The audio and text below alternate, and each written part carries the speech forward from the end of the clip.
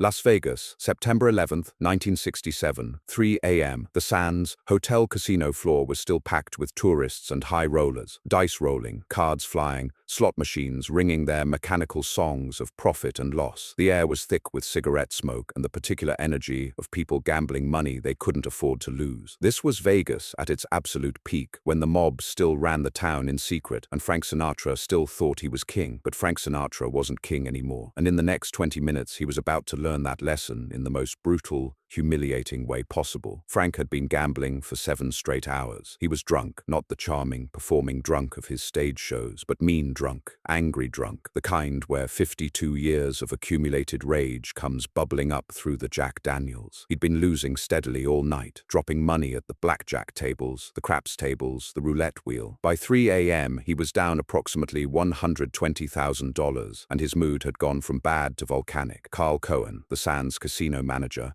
watched from his usual position overseeing the pit. Cohen was a stocky, broad-shouldered man from Brooklyn with direct connections to Meyer Lansky and the East Coast families who secretly owned pieces of every major casino on the Strip. He'd been running the Sands gaming operations since 1953, and he'd seen Frank Sinatra drunk 1,000 times before. That wasn't the problem. The problem was that Frank's rage tonight wasn't directed at bad cards or unlucky dice rolls. It was directed at the casino itself, at Cohen personally, at the invisible owners in Chicago and Miami who really controlled the Sands, and that made this dangerous. The trouble had been building for years. Frank's relationship with the hotel had soured dramatically since 1962, when the Kennedys publicly humiliated him, and then completely collapsed in 1963 when Nevada revoked his gaming license over the Sam Giancana scandal at Cal Neva. Frank still performed at the Sands twice a year. He still drew massive crowds who packed the Copa Room to see the legend. But the respect was gone. The ownership was gone. The sense of being family was gone. Now the casino owners treated Frank like hired talent, not like a partner. And Frank Sinatra could handle anything except being disrespected. At 3:15 a.m., Frank signaled to the pit boss. His words were slurred, but his intent was clear. "I need another 50,000 in credit." The pit boss, a nervous man named Eddie Fischetti, looked uncomfortable. Everyone within earshot could sense the tension rising. "Mr. Sinatra, you're already extended to your limit for the evening. House policy requires me to check with Mr. Cohen before extending additional credit." Frank's blue eyes went cold, dangerous. "Check with Cohen? I built this fucking casino. I brought every major star in Hollywood to perform here. I made the Sands the most famous casino in the world. And you're telling me I need permission to get credit?" Eddie's voice was shaking now. "Sir,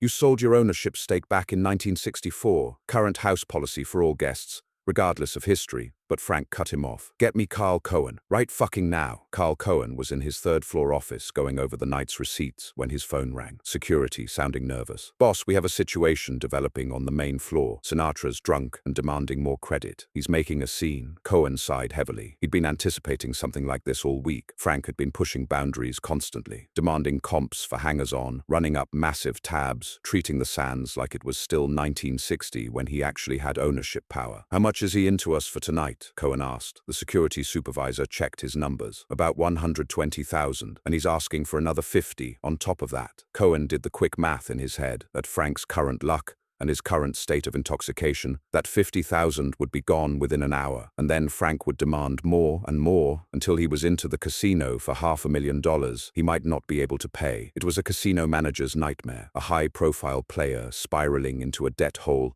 while drunk and belligerent, with cameras and other customers watching every move. "Tell him no.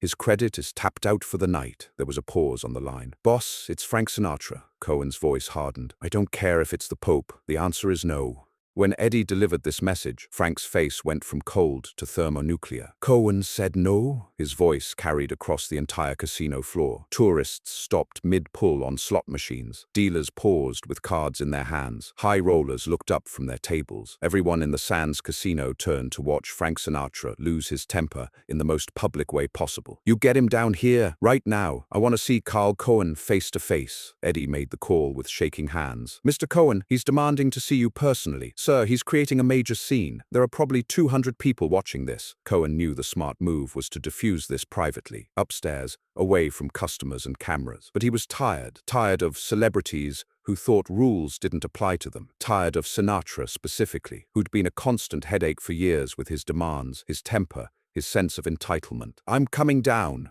Carl Cohen walked onto the casino floor with two security guards flanking him. Frank was standing at a blackjack table, swaying slightly, his tuxedo jacket off, bow tie undone, looking exactly like what he was, a drunk 52-year-old man who'd been awake for 36 hours straight and lost more money than most Americans earned in 3 years. "Frank, we need to talk, privately upstairs." Cohen's voice was firm, but not hostile. He was offering Frank an exit ramp, a way to save face. Frank rejected it immediately. "No, we talk here, right here in front of everyone." His voice was loud enough that the entire pit could hear him clearly. "I want everyone to see how Carl Cohen treats Frank Sinatra at the Sands Hotel. The hotel I fucking built." Cohen felt his jaw tighten, but kept his voice controlled. "Frank, you're drunk. Let's go upstairs, have some coffee. Talk about this in the morning when you're sober." But Frank was past the point of reason. "I'm not drunk. I'm awake. Maybe for the first time in years, I'm actually seeing clearly." He gestured around the casino with exaggerated movements. "You know what I see? I see a casino I helped build treating me like I'm nobody, like I'm just another degenerate gambler you can push around." Cohen's patience was wearing thin. "Frank, you're causing a scene. You're disturbing other guests. This conversation ends now, one way or another." Frank took a step closer to Cohen, close enough that Cohen could smell the Jack Daniels on his breath. "You know what your problem is, Carl? You forget who made this place. Before me, the Sands was just another desert casino. I brought Sinatra here. I brought the Rat Pack here. I made this the center of the entertainment universe. And now you're going to tell me I can't get credit?" Cohen's voice dropped low. Dangerous. "You sold your stake, Frank. You're not an owner anymore. You're a performer under contract. And right now, you're in violation of that contract by being drunk and abusive in my casino." That was the wrong thing to say. Frank's face went purple with rage. "Your casino? This is my casino, you Brooklyn fuck." And then Frank did something that shocked everyone watching. He reached out and grabbed a full bottle of whiskey from a passing cocktail waitress's tray and threw it. Not at Cohen. Frank's aim was too drunk for accuracy, but in Cohen's general direction. The bottle smashed against the blackjack table behind Cohen, exploding in a shower of glass and alcohol. The casino went silent. Dealers froze. Security guards moved closer. Carl Cohen stood there, covered in whiskey, glass shards at his feet, his face utterly calm. When he finally spoke, his voice was quiet, almost gentle. "Frank, you need to apologize right now and go to your room, or this is going to end very badly for you." But Frank was beyond apologies. He was in that state of drunken rage where consequences don't exist, where 50 years of being Frank Sinatra meant he could do anything without penalty. "Fuck you, Carl. Fuck this casino. And fuck every Brooklyn Jew who thinks they can push me around." The ethnic slur hung in the air like poison. Carl Cohen had been called worse things in his life. He'd grown up in Brooklyn in the 1920s when anti-Semitism was casual and constant. He'd worked his way up through the casino business, dealing with mobsters, hustlers and drunks. He'd been threatened by men far more dangerous than Frank Sinatra. But something about this moment, the public disrespect, the ethnic slur, the bottle thrown at him, flipped a switch in Carl Cohen's brain. "You want to know who really runs this casino, Frank?" Cohen's voice was steel. "Not you, not anymore. You're a washed-up singer who thinks his glory days matter. They don't. You sold your stake. You cashed out. You're nobody here except a performer we barely break even on once we comp all your losses." Frank grabbed a chair, lifted it above his head. "I'll show you who's nobody." But Carl Cohen was faster. Before Frank could throw the chair, before security could intervene, Carl Cohen stepped forward and punched Frank Sinatra directly in the face. It was a perfect punch, thrown with Brooklyn street-fighting precision. Cohen's fist connected with Frank's mouth with an audible crack. The impact knocked out 2 of Frank's front teeth, sent blood spraying across the casino carpet, and dropped Frank Sinatra to his knees like a puppet with cut strings. The casino erupted in chaos, customers screaming, security guards rushing forward, dealers abandoning their tables, Frank on his hands and knees on the floor, blood pouring from his mouth, his 2 front teeth lying on the carpet next to broken whiskey glass. Carl Cohen stood over him, shaking out his hand, his face calm. "Now get the fuck out of my casino," Cohen said quietly. Security guards helped Frank to his feet. His face was a mess of blood and shock. He tried to speak, but the words came out garbled, his mouth not working properly without his front teeth. One of his bodyguards grabbed a bar towel, pressed it to Frank's face to stop the bleeding. They half-carried, half-walked Frank through the casino toward the elevators, leaving a trail of blood drops on the carpet. Within 30 minutes, Frank was in an emergency dentist's chair, getting temporary caps fitted. Within 2 hours, Jack Entratter Sinatra, the Sands entertainment director, was in Frank's suite trying to do damage control. "Frank, I'm so sorry. Carl's been suspended pending an investigation. The casino is prepared to offer a substantial settlement to keep this quiet." But Frank, speaking through swollen lips and temporary teeth, made his position clear. "I'm done with the Sands. Get my contract lawyers. I'm moving to Caesar's Palace." Entrata tried to negotiate. "Frank, we can work this out. Don't throw away a 15-year relationship over one incident." Frank's laugh was bitter, painful through his damaged mouth. "One incident? Carl Cohen just proved what I've been too stupid to see for 5 years. I don't matter here anymore. The mob chose him over me. Your bosses chose him over me. So fuck the Sands. I'm out." Within a week, Frank had negotiated a deal with Caesar's Palace to become their headliner. Within a month,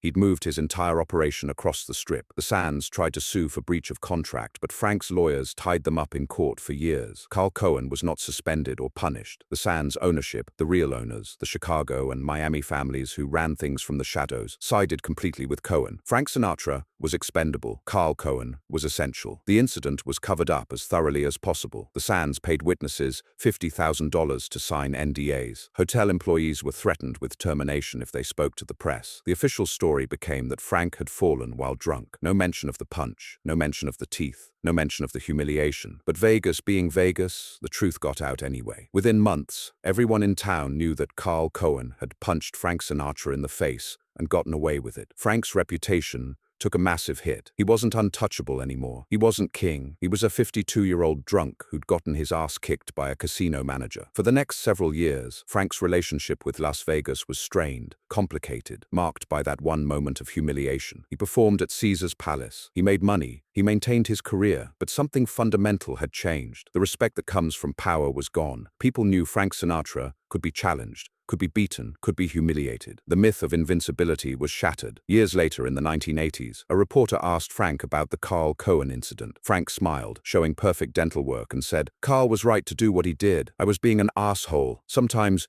you need someone to knock some sense into you." Literally. It was gracious. It was mature. It was completely at odds with how Frank had felt that night in 1967, lying in a dentist's chair at 5 a.m., spitting blood and temporary tooth cement, realizing that his reign as the king of Las Vegas was over. Some defeats are financial, some are professional. The Carl Cohen punch was both, and Frank Sinatra never truly recovered from it.